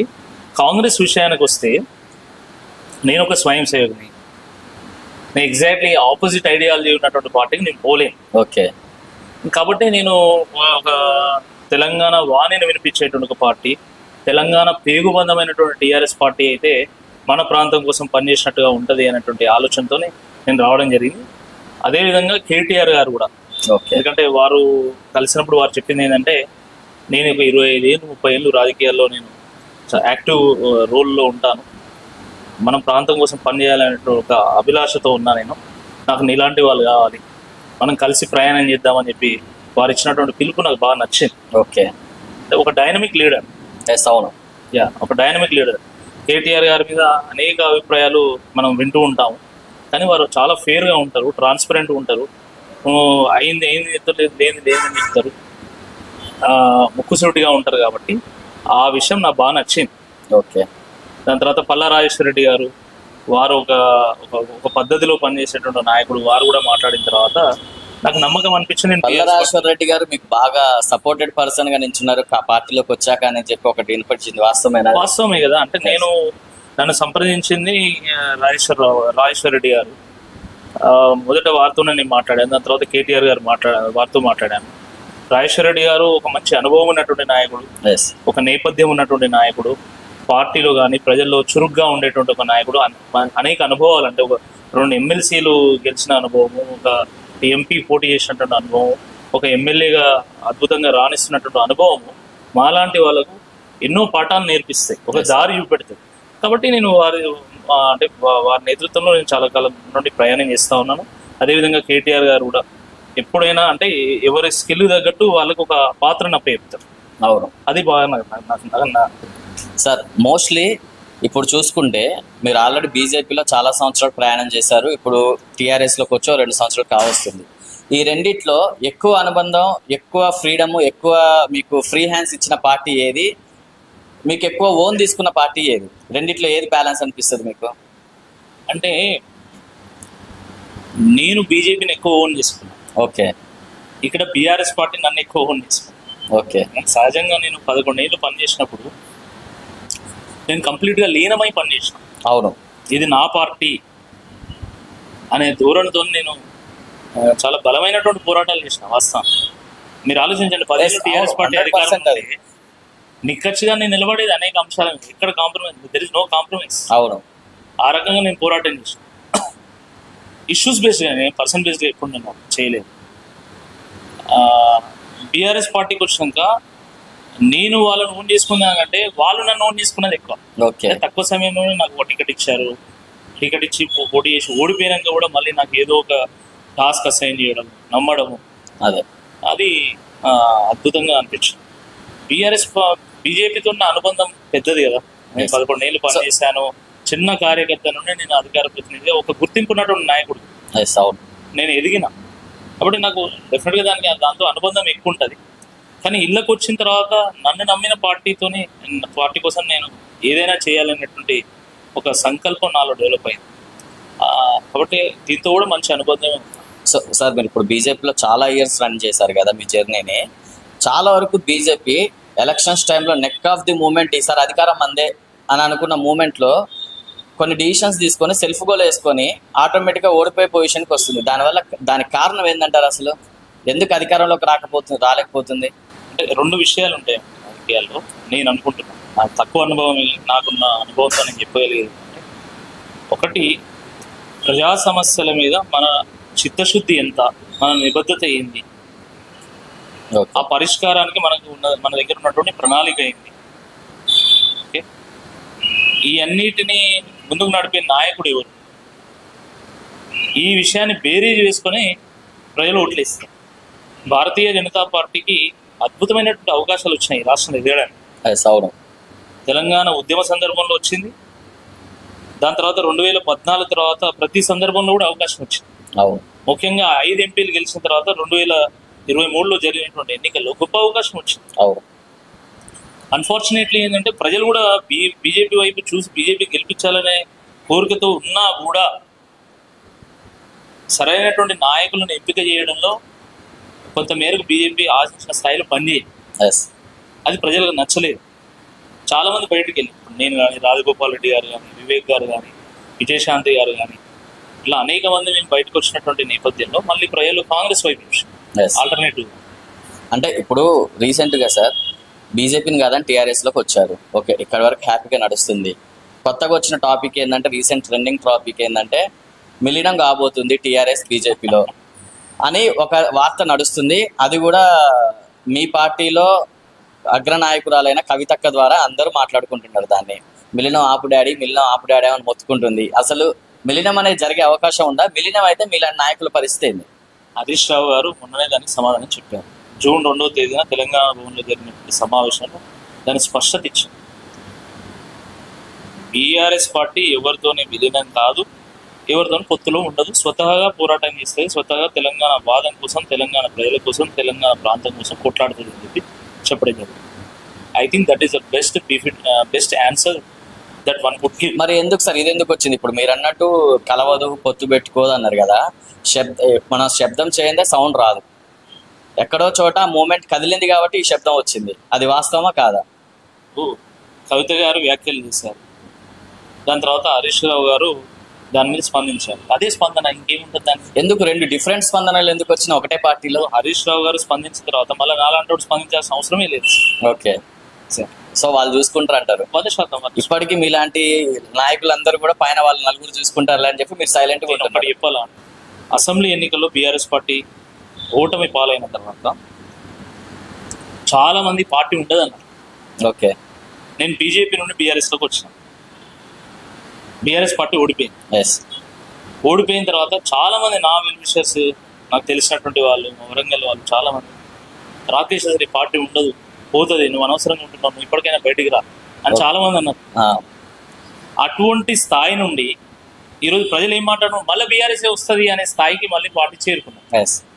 ఇక ఇప్పుడు అసలు విలీనం ప్రశ్న ఎందుకు తలెత్తుతుంది నాకు అది అర్థం కావట్లేదు. కాకపోతే సార్ మాకు వచ్చిన మెయిన్ డౌట్ ఏంటంటే ఇప్పుడున్న ప్రజెంట్ పరిస్థితుల్లో ప్రతి ఒక్క దానికి మినిస్టర్స్ ఉన్నారు మీ టీఆర్ఎస్ పార్టీలో, ఎక్స్ మినిస్టర్స్. వాళ్ళందరూ ఏమైపోయారు సార్, ఎవ్వరు కూడా ఒక మాట మాట్లాడలేదు. ఏమనంటే ఈ నలుగురే, కవితక్క, కేసీఆర్, హరీష్ రావు, కేటీఆర్, ఈ నలుగురైనా టీఆర్ఎస్ పార్టీ అంటే చాలా తప్పండి. జగదీశ్వర్ రెడ్డి గారు మాజీ మంత్రి వారు ఎంత యాక్టివ్ గా ఉన్నారు, నిత్యం మీడియాలో కనబడతారు. మీ యూట్యూబ్స్ లో మీరు చాలా మంది ఛానల్స్ ఇంటర్వ్యూ ఇస్తాం. సార్ నిజం చెప్పండి, తగ్గిందా లేదా? అసలు మీరు నిజం ఒప్పుకోవట్లేదు. ఇప్పటికీ పార్టీ వెనకేసుకు రావాలి కాబట్టి మాట్లాడుతున్నారు. తగ్గిందా అంటే ఇప్పుడు ఉన్న మినిస్టర్స్ ఎవరు కూడా, పువ్వాడ అజయ్ కుమార్ ఏమైపోయింది అసలు? అరే ఎందుకు వారు కనబడుతున్నారు కదా, ఏడ కనబడుతున్నారు సార్? ఇప్పుడు మీరు యూట్యూబ్ ఓపెన్ చేసి మీరు ఇప్పుడు నిరంజన్ రెడ్డి గారిని చూడండి, రైతులకు సంబంధించినటువంటి విషయంలో, వ్యవసాయం సంబంధించిన విషయంలో ప్రతిసారి వారు స్పందిస్తూనే ఉన్నారు, మాట్లాడుతూ ఉన్నారు, యాక్టివిటీలో పార్టిసిపేట్ చేస్తున్నారు. జగదీశ్వర్ రెడ్డి ప్రతి అంశం మీద, రాజకీయపరమైనటువంటి ప్రతి అంశం మీద వారు స్పందిస్తూ ఉన్నారు. కొప్పుల ఈశ్వర్ గారు యాక్టివ్ గా ఉన్నారు. మా దయాకర్ రావు గారు నిత్యం ప్రజల్లో ఉంటున్నాడు. యాక్టివ్ గా నిత్యం ప్రజల్లో ఉంటున్నారు కానీ ప్రశ్నించట్లేదు అంటున్నా నేను. అట్లే పోవడం, సీఎం రిలీఫ్ ఫండ్ వస్తే చెక్ చేయడం, వాళ్ళ పని వాళ్ళు చేసుకోవడం తప్ప ఏం లేదండి. ఇప్పుడు ఒకటి ఏంటంటే పార్టీ అధ్యక్షుడిగా, అంటే కార్యనిర్వాహక అధ్యక్షుడిగా కేటీఆర్ గారు మాట్లాడిన తర్వాత, కీలకమైనటువంటి నాయకుడు హరీష్ రావు గారు స్పందించిన తర్వాత మిగతా వాళ్ళ స్పందన మీకు కనబడదు. Okay, because they are tall leaders. ఆ టాల్ లీడర్స్ మాట్లాడేటువంటి మాటలు కానీ, వాళ్ళ యాక్టివిటీ కానీ, ఆ యాక్టివిటీ మాత్రమే చర్చకు వస్తుంది. మిగతా వాళ్ళ చర్చ కాదు. ఆయనంత మాత్రం వాళ్ళు ఏం చేయట్లేదు అని ఎట్లా అనుకుంటాం మనం? కొంతమంది మినిస్టర్స్ అయితే నియోజకవర్గాల్లో కూడా కనపడట్లేదు. నాకెందుకులే, ఏం మాట్లాడితే ఏ కేసులెస్ లోపలేస్తారా అన్నట్టు. అధికారంలో ఉన్నప్పుడు బొంత పురుగు కూడా బంగారు పురుగులాగా కనబడుతుంది. ఓకే, అర్థమైందా? అధికారం పోయిన తర్వాత బంగారు పురుగు కూడా బొంత పురుగు కంటే అధ్వానంగా కనబడుతుంది మీడియాకి. ఇప్పుడు ఇదే మీడియా, ఇదే మంత్రులను ఆకాశానికి ఎత్తింది ఆ రోజు ప్రభుత్వంలో ఉన్నాడు. ఇప్పుడు ఏం చేస్తుంది? ఆ మీడియాని మళ్ళీ కాంగ్రెస్ పార్టీలో ఉన్నటువంటి మంత్రులు ఇంద్రులు, చంద్రులు, ఇలాంటి సూర్యులు ఎక్కడ దొరకరు మనకనే రకంగా మీరు చెప్తా ఉంటారు. ఇది సహజమైనటువంటి విషయమే, దీంట్లో పెద్ద ఆశ్చర్యపోవాల్సినటువంటి అవసరం లేదు. మళ్ళీ ఈ నాయకులే ఈ తెలంగాణ సమాజాన్ని నాయకత్వం వహించేటువంటి రోజు తప్పకుండా వస్తుంది. బీజేపీకి లేదంటారు అవకాశం? మళ్ళీ బీజేపీకి కూడా అవకాశం ఉంది. ఎవరు కాదు, ఓకే, బీజేపీ కూడా ఈ రాష్ట్రంలో స్కోప్ ఉంది. Okay, let us be frank. 8 parliament సీట్లు వచ్చినాయి, 8 ఎమ్మెల్యే సీట్లు వచ్చినాయి అంటే ప్రజల ఆదరణ లేనట్ట, అన్నట్టే. కానీ దాన్ని ఎంత మేరకు వాళ్ళు సద్వినియోగం చేసుకుంటారనే దాని మీద ప్రశ్నలు ఉన్నాయి. గత 7.5 కాలంలో ప్రజలకు ఎప్పుడు ఏ ఆపద ఏర్పడ్డా కూడా బీఆర్ఎస్ పార్టీ స్పందించింది, బీఆర్ఎస్ పార్టీ వాళ్ళకి అండగా నిలబడింది. బీజేపీ ఆ ధోరణిలో పనిచేయలేదు, ఆ స్థాయిలో పనిచేయలేదు. కాబట్టి ఈరోజు దాని యొక్క భవిష్యత్తు మీద చాలా మందికి ప్రశ్నలు ఉన్నాయి. ఆ ప్రశ్నలు వాళ్ళు సమాధానం చెప్పాలి. ఫ్యూచర్ లో మీలాంటి నాయకుడు మేము కోల్పోయినాం, జరిగింది, తిరిగి మళ్ళీ బీజేపీలోకి రా అంటే మీరు వెళ్తారా, వెళ్ళారా? నేను బీఆర్ఎస్ పార్టీలో చాలా సంతోషంగా ఉన్నాను. నాకు యాక్టివ్ రోల్ ఉంది. మళ్ళీ నేను పోటీ చేస్తా ప్రజాక్షేత్రంలో. నాకు అవసరం ఏముంది? ఒకవేళ వాళ్ళు ప్రేమతో, ఎందుకంటే దగ్గర 10 సంవత్సరాల అనుబంధం మీది, తిరిగి రా అయిందేదో అయింది, ఇప్పుడు ఏదో పుల్లబెట్టాలనే ప్రయత్నంలో మీరున్నారు. దాంట్లో ఆ ఉచ్చులో నేను పడను. కానీ నేను I'm in BRS party. I'm very happy. I'm reaching out to the public. నాకు మంచి లీడర్షిప్లో యాక్సెస్ ఉంది, నాకు అవకాశాలు ఉన్నాయి. అన్నిటికంటే ముఖ్యంగా మన ప్రాంతం కోసం పనిచేసినప్పుడు గొప్ప అవకాశం. మనం ఈ గడ్డ మీద పుట్టడమే ఒక గొప్ప అదృష్టం అండి. అవును, ఎందుకంటే తెలంగాణ గడ్డ మీద పుట్టినటువంటి ప్రతి బిడ్డ డిఎన్ఏలో త్యాగం ఉంటుంది, తెగింపు ఉంటుంది, తిరుగుబాటు ఉంటుంది. గొప్ప ఉద్యమాలకు నేతృత్వం వహించినటువంటి గడ్డ ఈ తెలంగాణ గడ్డ. 400 సంవత్సరాల పాటు ఓరుగల్లును కేంద్రంగా చేసుకొని మన కాకతీయులు మొత్తం యావత్ దక్షిణ భారతదేశాన్ని పరిపాలన. అలాంటి గొప్ప గడ్డకు సేవలు అందించేటువంటి గొప్ప అవకాశాన్ని నేను ఎందుకు కోరుకుంటాను. కాబట్టి it is definitely big opportunity for me.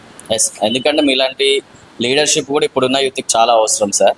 Present ఇప్పుడు ఒక out of the subject politics అన్ని పక్కన పెడితే, ఇప్పుడున్న ప్రజెంట్ జనరేషన్లో ఒక వ్యక్తి రాజకీయం చేయడం అనేది సింపులా?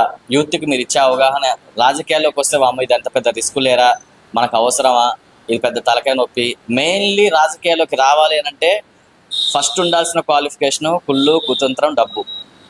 ఈ 3 ఉంటేనే రాజకీయాల్లోకి రాణిస్తాం అని అనుకునే వాళ్ళకి మీరు ఏం చెప్తారు? అంటే చాలా మంది యువకులు ఏంటంటే సాఫ్ట్వేర్ ఇంజనీర్ కావాలి, అమెరికా పోవాలి, బ్రిటన్ పోవాలి, లేదా ఓ డాక్టర్ కావాలి, ఓ ఇంజనీర్ కావాలి, ఒక లాయర్ కావాలి, అన్ని సదుపాయాలతో ఒక మంచి జీవనం గడపాలనేటువంటి ఆలోచనలు ఉంటాయి తప్ప చాలా తక్కువ మందిలో రాజకీయాల్లో అడుగుపెట్టాలి, ప్రజాసేవ చేయాలనే దృక్పథం ఉంటుంది. ఓకే. దానికి ప్రధానమైనటువంటి కారణం ఏంటంటే రాజకీయాల్లో ఉన్నటువంటి కుళ్ళు, కుతంత్రాలు, కుట్రలు, ఈ మలినం ఏదైతే ఉంటుందో ఇది అనేక మంది మంచి యువతను రాజకీయానికి దూరం చేస్తాం. It is so unfortunate. మంచి టాలెంటెడ్ పీపుల్ రాజకీయాల్లోకి వస్తే ఎంత మార్పును తీసుకురాగలుగుతారు, దేశ ముఖ చిత్రాన్ని మార్చగలుగుతారు. అన్ఫార్చునేట్లీ ఏంటంటే అది ఒక అట్రాక్టివ్ ఆప్షన్గా రాజకీయాలు కనబడదు. బట్ నేనేం చెప్తున్నా అంటే కుట్రలు కుతంత్రాలు ఉన్నా కూడా ఇందులో ఎంతో ఆత్మసంతృప్తి కూడా ఉంటుంది. ఓకే. ఎంతో స్ఫూర్తి ఉంటుంది దీంట్లో. ఎందుకంటే ప్రతి ప్రొఫెషన్లో మన కోసం మనం పనిచేస్తాం, మన కుటుంబాల కోసం పనిచేస్తాం. కానీ కేవలం రాజకీయాల్లో మాత్రమే ప్రజల కోసం, ప్రాంతం కోసం, దేశం కోసం పనిచేస్తాం. అది గొప్ప సంతృప్తిని ఇస్తుంది. అయితే మీరు కొంతమంది నాయకులను చూసి రాజకీయాలంటే ఇట్లనే ఉంటాయి అని అనుకుంటారు. ఎందుకు వేరే రకమైనటువంటి రాజకీయ నాయకులు మీరు ఎందుకు చూడడం లేదు? ఈ దేశంలో అట్లా కదండి. ఈ దేశంలో ఒక మొరార్జీ దేశాయ్, ఒక అటల్ బిహారీ వాజ్పేయి, అట్లా అనేక మంది నాయకులు, ఒక ప్రొఫెసర్ జయశంకర్ గారు కావచ్చు, ఒక కేసీఆర్ గారు కావచ్చు, అంటే అద్భుతమైనటువంటి ఒక పాత్రలు వాళ్ళు పోషించున్నారు.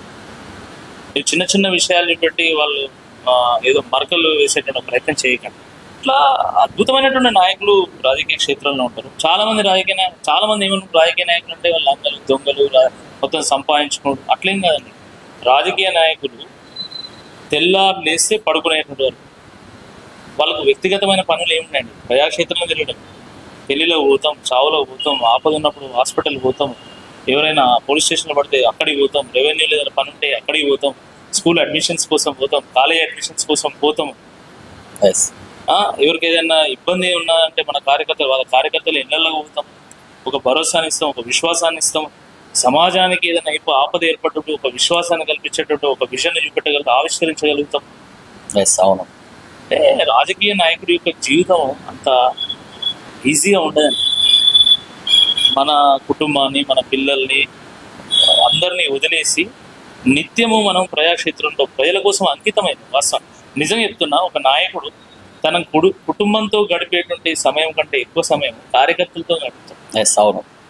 కార్యకర్తలే ఒక కుటుంబ సభ్యులుగా భావిస్తారు. పార్టీయే కుటుంబంగా, దేశమే ఒక కుటుంబంగా భావించి పనిచేసేటువంటి నాయకుడు కోకొల్లులు. మీకు కనబడేటువంటి చాలా మంది నాయకులు మీరు ఒక్కసారి వాళ్ళని అడిగినట్టు వాళ్ళ కుటుంబ సభ్యులు అడగండి, అసలు వాళ్ళతో ఎంత సమయం గడుపుతారు? అవును, చాలా వరకు నాయకులు, లీడర్స్ వీళ్ళతోనే సరిపోయింది టైం. ఇప్పుడు వాళ్ళు కూడా మనుషులే కదండి. అవును. వాళ్ళ పిల్లలు కూడా వాళ్ళతో పాటు తిరగాలి, వాళ్ళతో పాటు ట్రిప్స్కి వెళ్ళాలి, వాళ్ళ స్కూల్లో దిగబెట్టాలి, పేరెంట్ టీచర్ మీటింగ్ అటెండ్ కావాలి అని అనుకుంటారు కదా. మరి రాజకీయ నాయకులు అటెండ్ అవుతున్నారా? అంటే అది ఒక రకమైనటువంటి సర్వీస్ కాదా? అది సాక్రిఫైస్ కాదా? అండ్ ఎన్ని బదనాలు మోస్తాం, ఎంత బురద వెళ్తారు, అవన్నీ కూడా భరించాలి, ఓపిక ఉండాలి. సో ఇప్పుడు మీరన్నట్టు సార్, చాలా వరకు కూడా మీరు ఇంత కష్టాలు చెప్పారు కదా, ఇప్పుడు ఎట్లా అయిపోయిందంటే ఏముండలేరు, ఒక 50 కోట్లు వస్తే ఎమ్మెల్యే అయిపోవచ్చు, సింపుల్ రాజకీయ. అలాంటి ఎగ్జాంపుల్స్ కూడా ఉన్నాయి మరి. ఇప్పుడు మీరు చెప్పింది కూడా వాస్తవం. ఇంకా ఏమైపోయిందంటే ఇప్పుడు రాజకీయాలంటే డబ్బులతో ముడిపడింది. అంటే 2 రకాల నాయకులు మనకు కనబడతా ఉంటారు సమాజంలో. ఒకటి తన పట్టుదలతోని, తన పోరాటంతో ప్రజలతో మమేకమైతూ ప్రాంతం పట్ల ఒక ప్రేమతో పనిచేసి ఎదిగినటువంటి నాయకులు కూడా ఉన్నారు సమాజం. అవును. నడవడానికి చెప్పులు లేనటువంటి వాళ్ళు మంత్రులు ఈ రాష్ట్రంలో. అవును. చాలా మంది, చాలా ఉదాహరణలు చెప్పుకోవడానికి. అలానే అసలు వాళ్ళకి ఏ నేపథ్యం ఉండదు, డైరెక్ట్ 50 కోట్లు ఇచ్చి టికెట్ తెచ్చుకొని పోటీ చేసి గెలిచినటువంటి వాళ్ళు కూడా ఉన్నారు. అవును. సో 2 నడుస్తున్నాయి. అంటే యువత దేన్ని ఆదర్శంగా తీసుకుంటుందో ఆలోచించుకోండి. సార్, ఒకటి మీ నుంచి నేను ఓపెన్గా ఒకటి ఎక్స్పెక్ట్ చేస్తున్నా. ఎట్లాంటిది కూడా మీ మనసులో ఉన్న మాట మాకు కావాలి బయటికి. సో నేను ఇది కాదు, నేను ఇప్పుడు చెప్పను, ఫ్యూచర్లో చెప్తా, అట్లాంటివి కూడా కాకుండా అసలు మ్యాక్సిమం ఏనుగుల రాకేష్ రెడ్డి గారి ఫ్యూచర్ టార్గెట్ ఏంటంటే మీరు ఏమంటారు పాలిటిక్స్? నేను ఒక ప్రజాప్రతినిధి, ప్రజల కోసం అంకిత భావంతో పనిచేయాలని నా లక్ష్యం. ఓకే, నాకు ఇంకా పెద్ద పెద్ద కోరికలు ఏం లేవు. నేను ఏదో కావాలి అంటే ఏ పదవిలో అలాంటి ఏది అవకాశం పార్టీ ఏ అవకాశం, మీరేం ఎక్స్పెక్ట్ ప్రజలు ఏ చేస్తున్నారు? అవకాశం ఇస్తాయి. నేను ఎమ్మెల్యే కావాలనుకున్నా, వాస్తవం చెప్తాను. ఓకే, నేను ఒక వరంగల్ బిడ్డగా, వరంగల్ మీద ఉన్నటువంటి ఒక ప్రేమతో, ఓకే, అండ్ వరంగల్ ఒక ఫ్యూచర్ నగరంగా, yes, వరంగల్ కు ఒక పూర్వయోగం తీసుకురావాలనేటువంటి ఆలోచనతోనే నేను పనిచేస్తాను. ఓకే, నేను హన్మకొండ నుంచి కాంటెస్ట్ చేయాలి, దురదృష్టవశాత్తు నాకు టికెట్ రాలేదు. లేదా నేను ఎమ్మెల్యే, yes, అవును, వాస్తవం చెప్తున్నా. నేను భూమి ఆకాశం ఏకం చేశానని గెలుస్తాను yes. హన్మకొండ, సరే నాకు రాలేదు. ఆ భూమింగ్ కూడా ఉంది, మీకు టికెట్ ఇచ్చాడు 100% గెలిచేవాళ్ళు ఆ టైంలో. నాకు ఆ నమ్మకం ఉంది. అంటే నాయకుడికి ఎప్పుడైనా కనపడితే తనకు నమ్మకం ఉండాలి. yes. నాకు ఆ నమ్మకం ఉండే, దాని తర్వాత సరే నాకు అది అవకాశం రాలేదు. ఈ ఫ్యామిలీ బ్యాక్గ్రౌండ్ చూసుకున్నా కానీ ఫార్మర్స్ బ్యాక్గ్రౌండ్ సార్. ఈ ఫార్మర్ బ్యాక్గ్రౌండ్ నుంచి వచ్చి మీరు ఎడ్యుకేషన్ కంప్లీట్ చేసుకొని పాలిటిక్స్లోకి వద్దాం అనుకున్నప్పుడు మనకు ఎందుకురా బిడ్డ ఈ రాజకీయాలు, మనకు అవసరమా, లేనిపోని అని తల మీదకి ఎందుకు వేసుకుంటున్నావు అని చెప్పిన సందర్భాలు ఏమైనా ఉన్నాయా మీకు? రైతు ఎప్పుడు కూడా ఒక త్యాగభావంతోనే వ్యవసాయం చేస్తుంది. ఎస్, ఏ రైతు అయినా. రైతుకు పంట వచ్చినప్పుడు ఆ వడ్ల గోల్సులను తీసుకొచ్చి మన దర్వాజా కడుతుంది. అవును, ఎందుకు? ఊర పిచ్చుకలు ఉంటే ఆ ఊరు పిచ్చుకలకు ఈ ధాన్యంగా పనిచేస్తుంది అని చెప్పేసి. మనము వరి కోసిన తర్వాత కళ్ళంకాడ ఎంతో మంది వస్తారు, ఊర్లో వడ్లోళ్ళు వస్తారు, కుమ్మరోళ్ళు వస్తారు, ఇట్లా రకరకాల ప్రొఫెషన్స్ వాళ్ళు వస్తారు. వస్తే అయ్యో ఇది నేను పండించా కదా, ఈ పంట ఇది నాది కదా అని ఇప్పుడు రైతు అనుకోడు. అవును, నాకు మిగిలిందే నాది, మిగతాది నాది కాదు అని అనుకుంటాడు. ఆ కళ్ళం దగ్గర ఎన్నో జీవరాశులు వడ్లను తింటా ఉంటాయి. రైతు ఏమనుకుంటాడు, అరే అవి కూడా బతకాలి కదా, అవును, మొత్తం నాదే కాదు కదా, దేవుడు నాకు ఇచ్చిందే నేను తీసుకోబోతుంది తప్ప మిగతాది నాది కాదు, ఆ జీవరాశులు కూడా బతకాలని. సో రైతుకి ఎప్పుడు కూడా ఒక త్యాగభావం ఉంది. అట్లనే నేను రైతు బిడ్డను కాబట్టి మా ఇంట్లో కూడా అరే వాడు చేసేది ఏదో సమాధానం ఏదో చేద్దాం అనుకుంటున్నాను, let him do it. Okay, encouragement ఉంది బాగా, లెట్ హిమ్ డూ ఇట్ అనేది నాకు ఎక్కడ అడ్డంకి చెప్పలేదు. ఒక నమ్మకం ఉండే నా మీద. ఎందుకంటే నేను ఒక సామాన్య రైతు కుటుంబంలో పుట్టి నేను పిట్స్ పిలాని వరకు వెళ్ళి అక్కడ గోల్డ్ మెడలిస్ట్ అయ్యి, దాని తర్వాత నేను యూఎస్కి వెళ్ళి నేను అక్కడ జాబ్ మల్టీనేషనల్ కంపెనీస్లో జాబ్ చేసి, దాని తర్వాత ఇక్కడికి వచ్చినటువంటి సందర్భంలో సరే మనం ఒక సామాన్య కుటుంబంలో ఉన్నాము. ఇప్పుడు వాడు వదిలేస్తే వెళ్తాడు, అక్కడ ఏదైనా సాధిస్తే సాధిస్తాడు, లేకపోతే మళ్ళీ మన వ్యవసాయం మనకు ఉంటుంది, దాంట్లో ఇబ్బంది ఏముంది అనేటువంటి దూరంలోనే మా తల్లిదండ్రులు ఆలోచించి నాకు ఎప్పుడూ ఏం అడ్డు లేదు. అది కూడా నాకు కొంచెం అంటే కొంత రాణించడానికి నాకు ఉపయోగపడ్డది. సో సార్ టోటల్ మీ లైఫ్లో పొలిటికల్ కానీ పర్సనల్ కానీ ఓవరాల్ చూసుకుంటే నా లైఫ్లో ఇది జరగకపోయి ఉంటే బాగుండు అన్న సిచ్యువేషన్ ఏమైనా ఉందా? అట్లేం లేదండి, నేను ప్రతి మూమెంట్ ఎంజాయ్ చేసిన. ఓకే, సాడ్ అయినా హ్యాపీ అయినా ప్రతి మూమెంట్ ఎంజాయ్ చేసిన. మొన్న ఒక ఎమ్మెల్సీ ఎన్నిక అప్పుడు గెలుస్తాను అనుకున్న ఎన్నిక ఓడిపోయినా ఒక అవకాశం వస్తే బాగుండేదని నాకు అనిపించింది. సరే ఆ ఓటమి కూడా బహుశా ఫ్యూచర్ గెలుపుకు ఒక మెట్ అవుతుందేమో అని నేను ఒక నమ్మకంతో. ప్లస్ ఇది పక్కన పెడితే నేను ఇది కరెక్ట్ డిసిషన్ తీసుకున్నా, ఇది నా లైఫ్లో పర్ఫెక్ట్ డిసిషన్ అన్న సందర్భాలు ఏమైనా ఉన్నాయా? నేను జాబ్ను మానేసి రాజకీయాల్లో ప్రవేశించడమే తీసుకున్నటువంటి బెస్ట్ డిసిషన్గా నేను భావిస్తాను. Okay, so sir finally sir మా టచ్ స్టూడియో ద్వారా ప్రజెంట్ ఉన్న యూత్కి మీలాంటి నాయకులు ఎలాంటి సజెషన్ చేయాలనుకుంటున్నారో మా టచ్ స్టూడియో ద్వారా సందేశం. యువతనే దేశం భవిష్యత్తు. కానీ ఆ యువత కేవలం సాఫ్ట్వేర్ ఫీల్డ్లోనో లేకపోతే మెడికల్ ఫీల్డ్లోనో ఇంకేదో ఒక ఫీల్డ్లో ఉంటే సరిపోదు. రాజకీయాల్లో కూడా నైపుణ్యం కలిగినటువంటి యువత అవసరం. ఎస్, అండ్ ఎడ్యుకేటెడ్ లీడర్స్ యొక్క నెసెసిటీ పెరుగుతుంది ఇక సమాజం. Yes, people are expecting dynamic governments and dynamic leaders. అలాంటి సందర్భంలో మంచి నాయకులు రావాలి. ఇప్పుడున్నటువంటి పరిస్థితుల్లో రాజకీయ పార్టీలు కూడా మంచి యువతను ప్రోత్సహించాలనే దూరంతోనే ఉన్నాయి. ఎస్, ఎందుకంటే డైనమిక్స్ మారుతున్నాయి. ఒకనాడు అసలు సోషల్ మీడియా లేదు, మీడియా డ్రైవ్ చేసేది, ఈరోజు సోషల్ మీడియా డ్రైవ్ చేస్తుంది. అవును, కాబట్టి అలాంటి సందర్భంలో యువతకి, ఎడ్యుకేటెడ్ యువతకి అవకాశాలు ఎక్కువ ఉంటాయి. కాబట్టి ఈ ఫీల్డ్ కూడా ఎంచుకుంటే బాగుంటుందని అసలు. Okay sir, sure sir. రానున్న రోజుల్లో యూత్ కూడా మీలాంటి మిమ్మల్ని ఇన్స్పిరేషన్ తీసుకొని చాలా మంది కూడా రాజకీయాలకు రావాలని కోరుకుంటున్నాం. మీలాంటి గొంతుకు కూడా అసెంబ్లీలో వినపడాలని చెప్పి కూడా మా టచ్ స్టూడియో గారు కోరుకుంటున్నాం. Thank you so much sir. Keep in touch. Please touch subscribe button.